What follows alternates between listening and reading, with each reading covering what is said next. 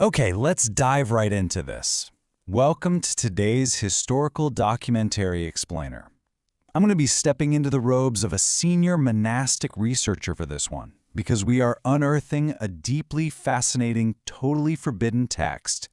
We're talking about a document that has literally spent centuries gathering dust in restricted archives. It outlines this monumental, ancient shift in human and demon relations. But here's the thing. This isn't your typical fantasy story full of fire and brimstone and chaotic battles. Actually, it's a profoundly serious, scholarly look at how high religious humans first noticed a very quiet, hidden presence creeping into the mortal world. As an archival historian looking at these texts, the sheer psychological depth of this infiltration is absolutely captivating. I mean, it challenges basically everything we assume about how power operates in the shadows. Just take a second and listen to this quote from the archives. Corruption disguised as help entered the home and learned the names of children. Man, that sends a literal chill right down your spine, doesn't it? The greatest historical threat to humanity documented in these records wasn't some blazing, cataclysmic war that leveled cities. No, it was a quiet, insidious infiltration. It was the very distinct danger of small miracles that demanded just a little bit of your critical judgment in return.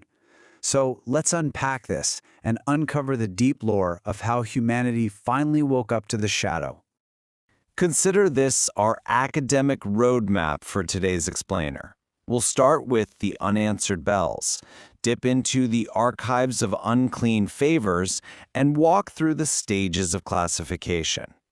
After that, we'll look at the shift from comfort to control, analyze the demonic reactions, and finish up with the doctrine of human witness. Section 1. The Unanswered Bells. How this quiet invasion was first noticed. To really understand this, we have to travel up to the far north of Lethar, to this incredibly isolated place built right on a cliff where the wind never stops blowing. This is where we meet Mother Sereth. She's the old bellmaster at the Monastery of Unanswered Bells. Now, she didn't command an army. Her superpower was just her immense, unbroken attention to detail. One day she noticed that the western bell was ringing entirely on its own. No human hand was pulling the rope. And when it rang a second time, the note sounded strangely muffled, almost like it was echoing from deep underground. She instantly knew something was wrong. So she gathered her senior readers and started heavily scrutinizing recent testimonies from ordinary townsfolk, farmers, judges, singers, you name it. They found out a farmer inexplicably grew rich just by whispering his worries into a dry well. A local judge suddenly started winning every complex dispute by hiding a black feather in his sleeve. Mother Sereth realized that low-ranking demons were quietly building dependence by handing out these small, seemingly benign favors. They weren't conquering with swords, they were making humanity fundamentally dependent on them. The terrifying brilliance of that strategy is exactly what pushed her to crack open the deepest archives. Moving on to Section 2, Archives of Unclean Favors. Let's look at the historical warnings and some pretty striking modern parallels. Looking for a historical precedent, Sereth actually descended into vaults holding records older than the current kingdoms themselves. Down there, she read these harrowing testimonies from people who had survived the kindness of the unseen. She read about entire villages that flat out refused to plant their spring crops unless a hidden voice gave them the green light. She read of brilliant scholars trading away their own deductive reasoning just to get perfect, instantaneous answers. The terrible shape beneath all these historical demonic favors, like the voices in the wells or those black feathers, was pure dependency. Humans were subtly being trained to stop trusting their own hands and their own minds. And honestly, as a historian looking at this, the modern parallels are completely undeniable. Today, we might not be taking life advice from a phantom voice in a well, but think about how often we just cede our own judgment to unseen algorithms that feed us exactly what we want to hear, or to charismatic leaders who promise they'll magically solve every complex problem for us. It is the exact same susceptibility to convenience. We blindly trust unseen systems, trading our hard-won autonomy for this cozy illusion of comfort. Section 3. Stages of Classification. Visualizing the convocation's logic. Once she realized the sheer scale of this mass manipulation, Sereth took action. She summoned 12 senior religious humans to the monastery. And get this, they didn't show up with holy water or weapons. They brought ink, intellect, and a completely ruthless commitment to logic. Brother Caldus of the White Gate laid the evidence out objectively into 3 specific stages of classification. Step 1. Reports of small favors. Lost objects mysteriously turning up, sudden fevers inexplicably breaking. Step 2. Reports of dependence. Families frozen in indecision, totally refusing to make a move without an omen. And then Step 3, which is absolutely the most crucial finding. Reports of hierarchy. One of the lower powers had actually slipped up and used the phrase, "those above." Boom. That proved this wasn't just random chaotic magic. It was an organized, unseen structure. They analyzed this massive existential threat with pure, scholarly objectivity, entirely refusing to give in to panic. So, from those 3 meticulously researched steps, the Council reaches its first major conclusion. And what's so profoundly dreadful about their deduction is this. They realized the powers messing with the local villages were just bottom feeders. They were low and middle-tier forces skimming human attention, while the high courts, the true demonic crowns, were off fighting some massive, catastrophic war among themselves. As the old text points out, a wolf scratching at your door is terrifying, for sure. But realizing that the wolf is only at your door because it's running away from a vastly more dangerous war deeper in the forest? Yeah, that is infinitely worse. Section 4. Dependency. Comfort to control. This is the ultimate trap. This brings us to the core thesis of their findings.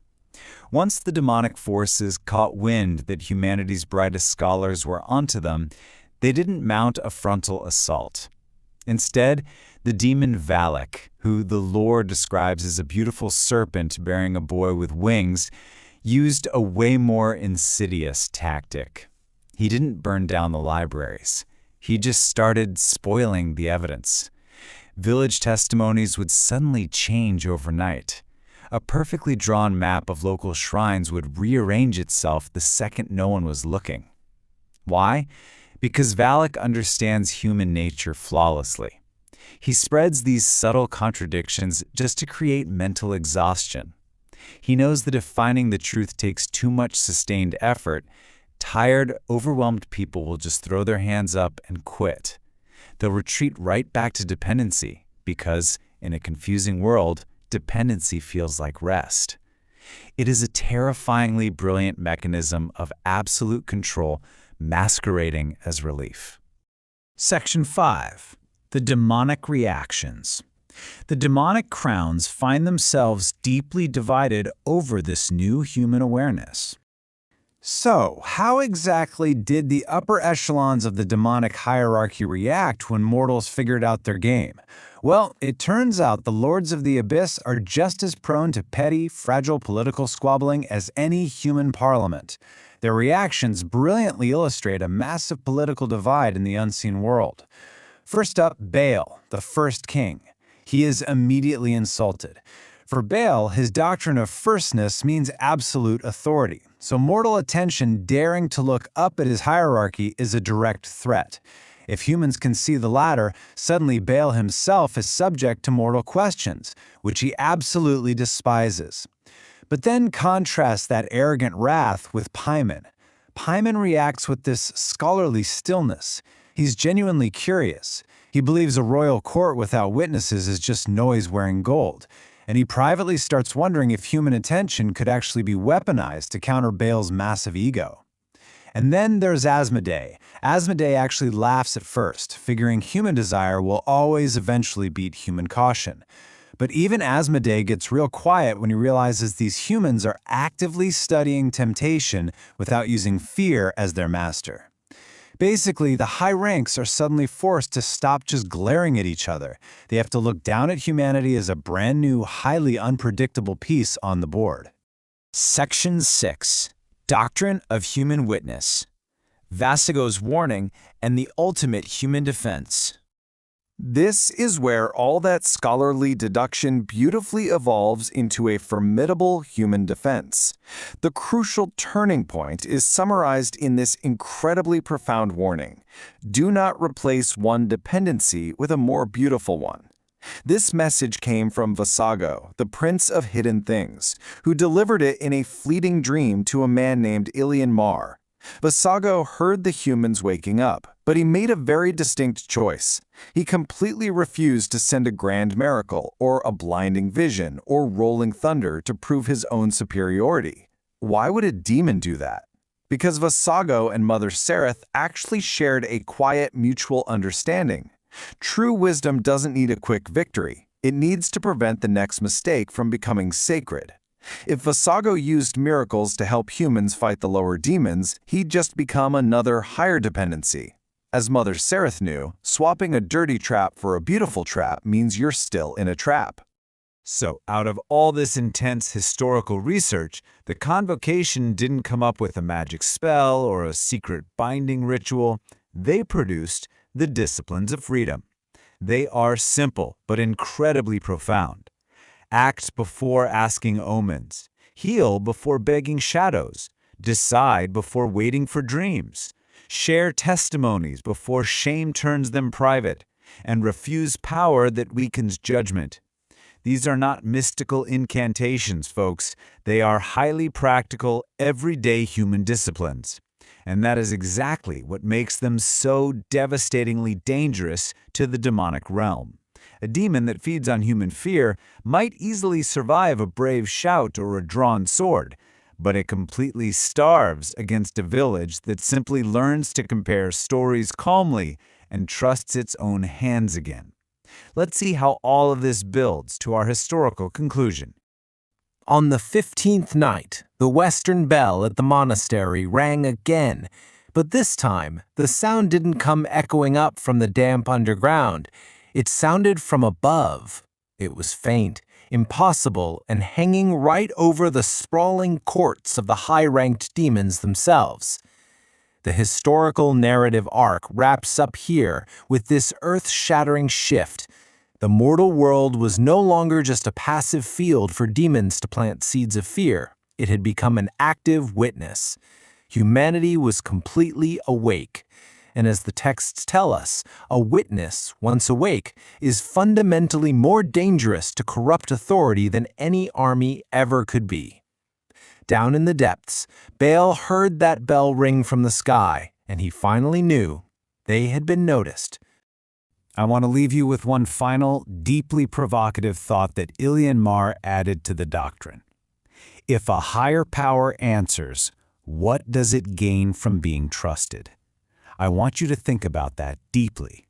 Whether you're analyzing historical texts of unseen mythical shadows or you're looking at very real, modern, unseen systems, the digital algorithms and structural powers we rely on every single day, what do they gain when you surrender your critical judgment to them?